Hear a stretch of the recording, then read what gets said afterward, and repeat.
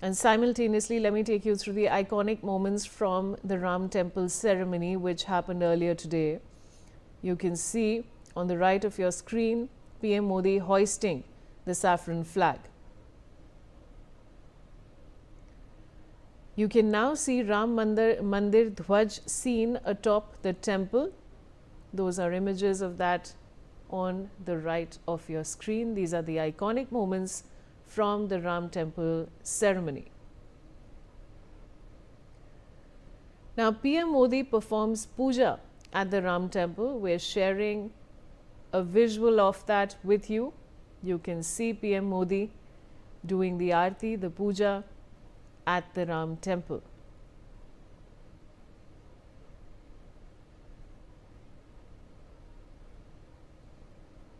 Moving on to PM Modi declaring at the event, he's declared the event as a historical moment of cultural awakening.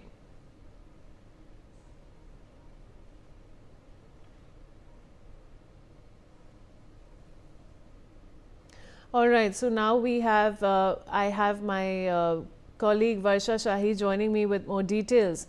Varsha, और क्या जानकारी दे सकते हैं आप?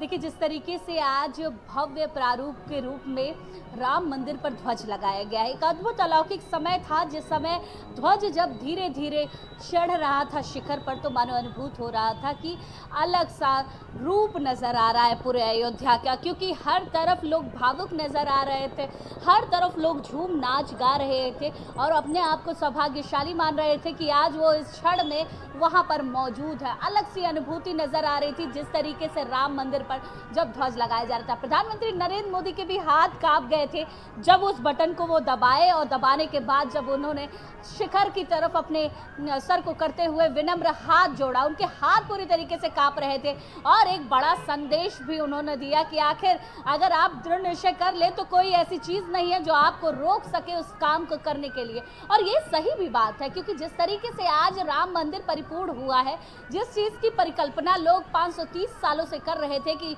आखिर राम लला अपने घर में कब जाएंगे, कब विराजमान होंगे, उस टेंट के सफर से लेकर आज राजमहल का सफर अद्भुत अलौकिक नजर आ रहा है। और जिस तरीके से आज भगवान श्री रामचंद्र जी अपने दरबार में बैठे हुए नजर आ रहे हैं, वो बाल स्वरूप जब आपने देखा होगा प्राण प्रतिष्ठा हो रही थी, और आज वो दूसरा स्वरूप जिसमें भगवान श्री रामचंद्र जी अपने दरबार में माता सीता और अपने परिवार के साथ नजर आ रहे, एक अलग सी अनुभूति पूरे अयोध्या को हो रही है। और इस अलग सी अनुभूति में हर कोई विनम्र था और हर कोई की आंखों से आंसू नजर आ रहे थे। देखिए, अलग सी अनुभूति है, एक एक चीज़ों को बयां करना बिल्कुल लफ्ज़ नहीं है, क्योंकि इस तरीके की चीज़ें हमने देखी है। वहाँ पर लोगों के रूह कांप रहे थे जब उस ध्वज को चढ़ते हुए देख रहे थे, एक एक दृश्य को देख रहे थे। अभी भी अगर मंदिर की मैं एक एक चीज़ों के बारे में बताऊँ, एक एक जो छोटे छोटे मंदिर बनाए गए हैं, प्रांगण में जो एक एक चीज़ें लगाई गई हैं, वो पूरे रामायण को व्याख्यान करती हैं कि आखिर किस तरीके से त्रेता युग में भगवान श्री रामचंद्र जी का दरबार यहाँ था और किस तरीके से भगवान श्री रामचंद्र जी यहाँ पर विराजमान थे। इस कलयुग में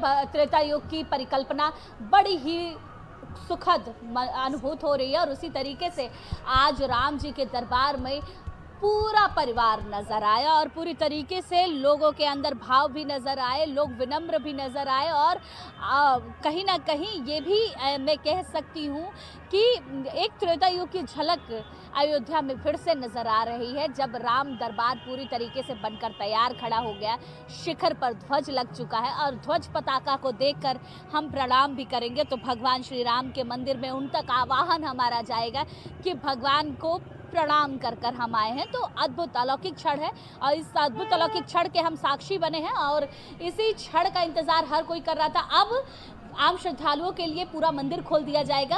पहले एक फ्लोर पर लोग दर्शन कर रहे थे, अब दूसरे तीसरे फ्लोर पर भी जाकर दर्शन कर सकते हैं। और आज ही से ये पूरा जो मंदिर है वो दर्शन के लिए खोल दिया गया। अब जो भी श्रद्धालु आएंगे उनको वीवीआईपी दर्शन और साथ ही साथ नॉर्मल दर्शन दोनों मिलेंगे। हर कोई राम मंदिर के अंदर जाएगा और दर्शन करेगा और अपने आप को उसी तरीके से सौभाग्यशाली मानेगा जिस तरीके से लोग यहाँ आकर अपने आप को सौभाग्यशाली मान रहे हैं।